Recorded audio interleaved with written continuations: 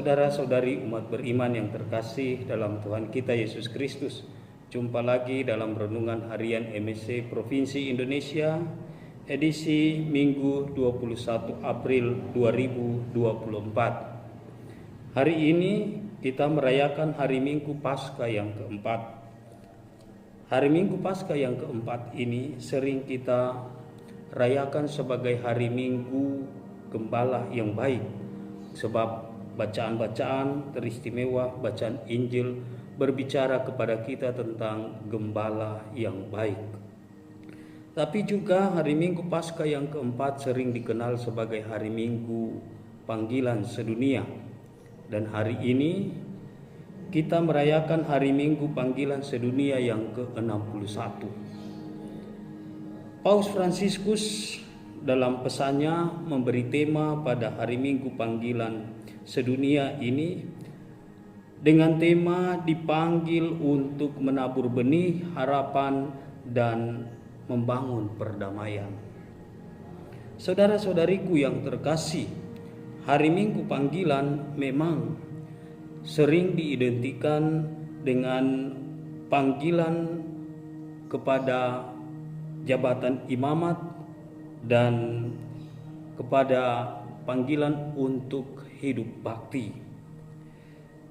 Namun pada kesempatan ini Paus juga tidak melupakan semua orang yang berdedikasi untuk Tuhan dan gereja, untuk sesama. Semua orang yang berkomitmen untuk setia pada firman Tuhan, untuk setia mendengarkan nasihat-nasihat Tuhan dan tidak mau tergiur dengan nasihat-nasihat dunia atau nasihat-nasihat yang mengantar orang kepada kehancuran. Saudara-saudari yang terkasih,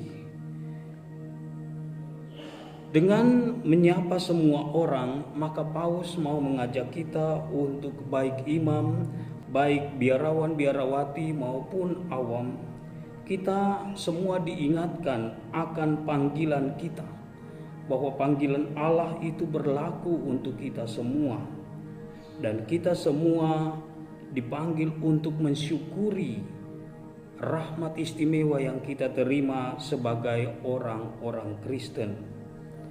Kita dipanggil untuk terlibat dalam karya penebusan yang sudah dimulai oleh Kristus dan terus berlanjut hingga saat ini. Saudara-saudari umat beriman yang terkasih, di hari Minggu panggilan ini kita diajak untuk merenungkan tentang Yesus Gembala yang baik. Ada dua kualitas dari seorang gembala yang baik yang ada dalam diri Tuhan Yesus yang bisa kita jadikan sebagai bekal untuk menjalani panggilan kita masing-masing. Yang pertama adalah seorang gembala yang baik itu memiliki kesaksian hidup yang baik dan benar. Memiliki kesaksian hidup yang baik berarti ia menjadi pemimpin, ia menjadi gembala, ia menjadi bapa, ia menjadi teman, ia menjadi sahabat bagi semua orang, dengan mengenal mereka, tahu apa yang menjadi pergumulan hidup mereka, dan mencari solusi, mencari cara sedemikian rupa untuk mengantar orang kepada keselamatan. Kualitas yang kedua adalah memiliki kepekaan terhadap umat, baik yang dekat dengannya maupun yang jauh, entah dekat atau jauh secara fisik maupun secara rohani. Saudara-saudari umat beriman yang terkasih, saya bekerja sebagai seorang formator untuk para calon MSC di novisiat MSC Sanantasela. Dalam sharing-sharing dari para frater, banyak yang mengatakan bahwa mereka tertarik untuk menjadi seorang imam, menjadi seorang biarawan MSC karena dua kualitas ini. Yang pertama adalah kesaksian hidup dari imam, dari biarawan, biarawati, yang membuat mereka tertarik untuk mau ikut bergabung dalam komunitas-komunitas religius, komunitas-komunitas imam. Selain itu juga mereka tertarik untuk menjawab panggilan Tuhan karena mereka memiliki keprihatinan, kepekaan batin terhadap kelompok-kelompok umat yang kurang mendapat perhatian, kurang dikunjungi oleh imam, oleh biarawan-biarawati karena situasi geografis yang tidak memungkinkan untuk selalu mendapat dan memberikan pelayanan kepada mereka. Saudara-saudari umat beriman yang terkasih, di hari Minggu panggilan ini dan lewat kesaksian-kesaksian hidup para imam, para penganut hidup bakti, kita diajak untuk mendoakan kaum muda. Sama seperti Paus yang dalam pesan pada hari Minggu panggilan sedunia ini mengajak kita supaya memohon rahmat agar orang-orang muda mau membuka hati kepada suara Tuhan untuk mendengarkan sapaan Tuhan dan membiarkan Tuhan untuk menarik mereka masuk, mau terlibat dalam karya keselamatan Tuhan.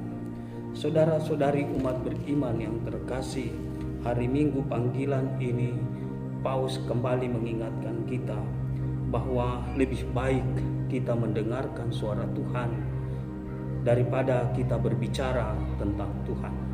Lebih baik kita membiarkan Tuhan yang menasihati kita daripada kita berbicara tentang hal-hal yang kurang kita pahami tentang Tuhan. Maka saat ini kiranya dalam hari Minggu Paskah yang keempat ini kita kembali kepada panggilan kita, entah sebagai imam, sebagai biarawan-biarawati, sebagai awam, kita kembali menggali makna panggilan yang kita terima masing-masing. Kita hendaknya memberikan tanggapan positif supaya kita turut menaburkan benih-benih pengharapan dan membangun perdamaian dunia yang saat ini sangat-sangat dibutuhkan. Pater Jules Chevalier ingin juga untuk membangun dunia ini dalam suasana damai, dalam suasana penuh pengharapan, dalam suasana penuh cinta. Maka mari kita dengan menyatukan hati dengan seluruh umat beriman di mana saja berada, kita persembahkan diri kita persembahkan semua orang muda kita untuk mau terlibat dalam karya penyelamatan ini. Tuhan memberkati.